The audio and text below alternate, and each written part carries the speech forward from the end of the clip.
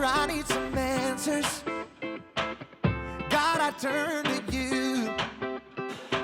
You are my help when I need wisdom. You always see me through. To know that you're chasing after me, it makes me wanna run to where you are. God, you make this journey worth it. I give you all my heart. When I don't know what to do, you help me figure it out. God, I run to you.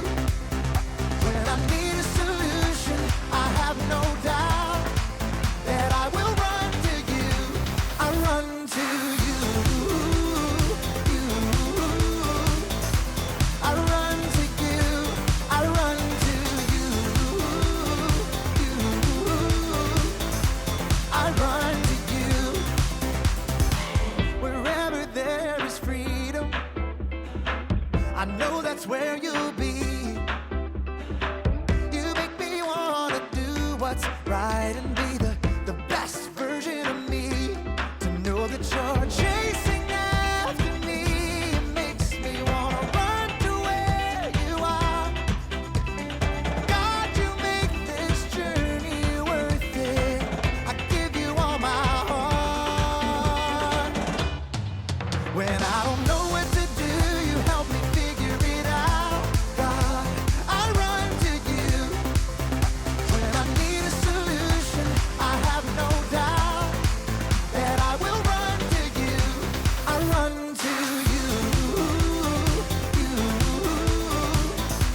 I run to you. I run to you. I run to you. I don't wanna stop. I don't wanna stop living for you. For you. I don't wanna stop. I don't wanna stop running to you. To you, God. I don't wanna stop. I don't wanna stop living for you. For you. I don't wanna stop. I don't wanna stop running to you. To you, God. You're all I need. My source for everything. When I don't know what to do, you help me figure it out. I run to you. When I need a solution, I have no doubt that I will run to you. When I don't know what to do, you help me figure it out. God, I run to you. When I need a solution, I have no doubt that I will run to you. I run to you. I run to you. I run to you. I run to you.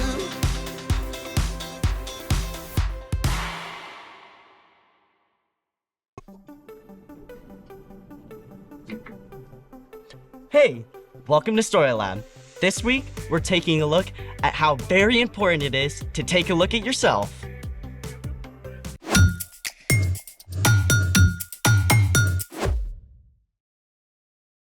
Hey, I'm Skylar. And I'm Sebastian. All month, we're talking about ways that we can grow in wisdom, just like Jesus did. Hey, it's a really good idea to do a mirror check before you go on camera. Good advice. You should take a look. Wait, me? You're talking about me? Yes. Well, what'd you have for lunch today? A BLT? Bacon, lettuce, tomato. Here, look.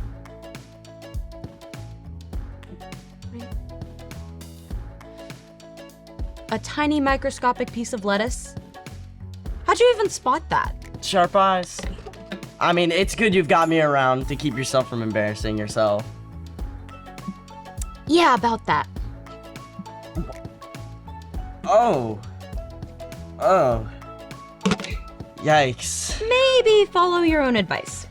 I should have taken a closer look at myself. Sometimes we all need a closer look. Want to practice? I think I need to. Let's do it! Welcome to See It! It's the game where you have 15 seconds to see a unique sea creature! Oh, sea like the ocean and sea like you look at. Oh. Yeah, we got it. You all can do this with us. Get ready. For your first challenge, you're looking for this clownfish in a coral reef. It's time to see it! I don't even know where to look.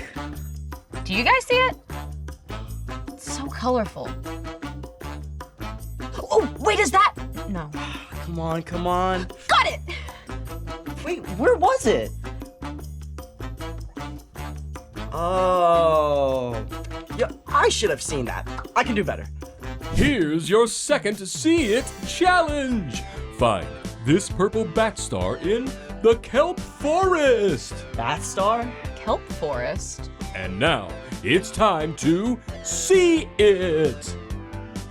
Oh, this one's even harder. So pretty. Can you guys see it? It's gotta be... Wait. I see it, I see it, I see it! Where? Right over there! Way to go! You spotted the bat signal. Can we look for one more? In a little while. But right now, it's time to look at... The story before the story! Today, we're in the book of Matthew. Matthew is one of the 4 books called the Gospels. These books tell the story from the life of Jesus. Matthew was written down by one of Jesus' followers, a tax collector whose life was turned upside down by his friendship with Jesus. When Jesus was about 30 years old, he began to travel from town to town, teaching and healing. Everywhere Jesus went, big crowds gathered. Many sick people were desperate to be made well, and Jesus healed them. But Jesus also cared about people's hearts and minds. So, he showed them what it looks like to love God and love others. Which is where our story starts. Take it away. Hey everyone, I'm Jen. One day, early in his ministry, Jesus went up on a mountainside to teach his followers. Soon, a huge crowd gathered. The amazing truths Jesus taught during that time have come to be known as the Sermon on the Mount. Today, we're taking a look at one of these truths. Here goes. Do not judge other people. Then you will not be judged. You will be judged in the same way you judge others. You will be measured in the same way you measure others. You know the first thing that comes to my mind when I hear about judging? Order in the court! Jesus wasn't talking about the kind of judge who takes charge in court. Jesus was talking about us. One meaning of judge is to form a negative opinion about someone or something. And we judge people all the time, without even thinking of it.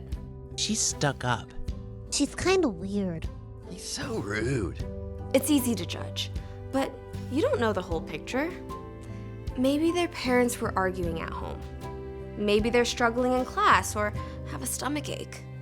In fact, everyone you meet has their own story, just like you do. When you judge someone quickly, you're saying that their story doesn't matter, even though they are just as loved by God as you are. So Jesus told us not to judge others. After all, you don't want them to judge you either. Jesus went on to illustrate this with a pretty funny word picture. You look at the bit of sawdust in your friend's eye, but you pay no attention to the piece of wood in your own eye. How can you say to your friend, "Let me take the bit of sawdust out of your eye"? How can you say this while there is a piece of wood in your own eye? You pretender. First take the piece of wood out of your own eye. Then you will be able to see clearly to take the bit of sawdust out of your friend's eye. I think Jesus had a pretty great sense of humor. I mean, when was the last time you walked around with a giant campfire log sitting in your eye? Well, you really messed up. Jesus was using something called exaggeration to help us understand an important idea. It's super easy to point out where someone else is wrong or needs to change. But while we're making a big deal of their speck-sized problem, usually we're ignoring our own log-sized problems. Until you take an honest look at yourself, you're in no shape to help someone else. Maybe you're on a road trip and you are sick of your sisters whining about how long it's taking. You just want to yell.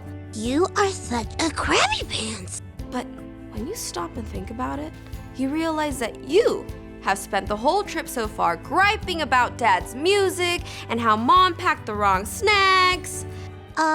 Everyone, I'm sorry for complaining so much. This doesn't mean that you should never help others grow, but Jesus made it clear that your first priority is to ask God to help you look at yourself and see where you can change.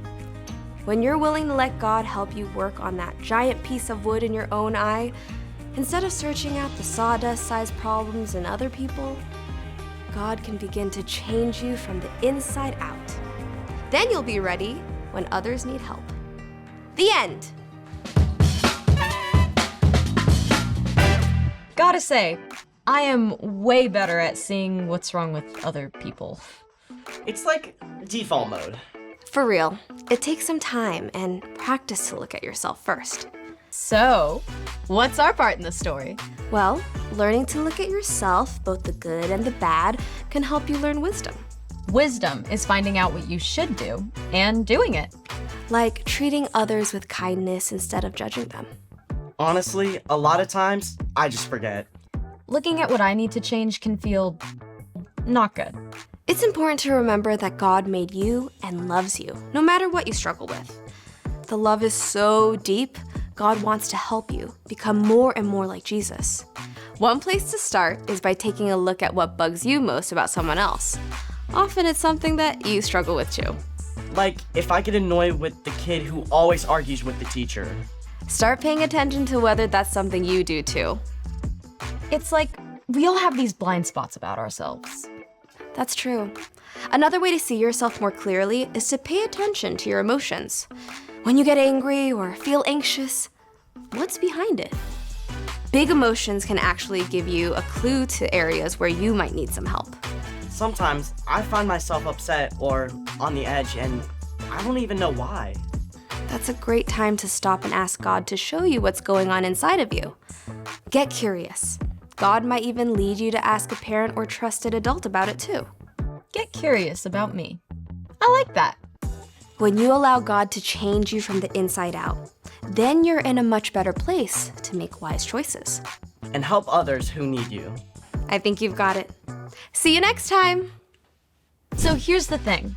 When you see yourself clearly, you can make the wise choice. And we can all use some seeing practice. Ready for another round of See It? You betcha! For your next challenge, find the thorny seahorse in the seagrass meadow. Thanks for joining us in the Story Lab. See you next time. It's time to see it. That was a tricky one. There's a lot of stuff in this one. Wait, is that? Oh, no, that's not it.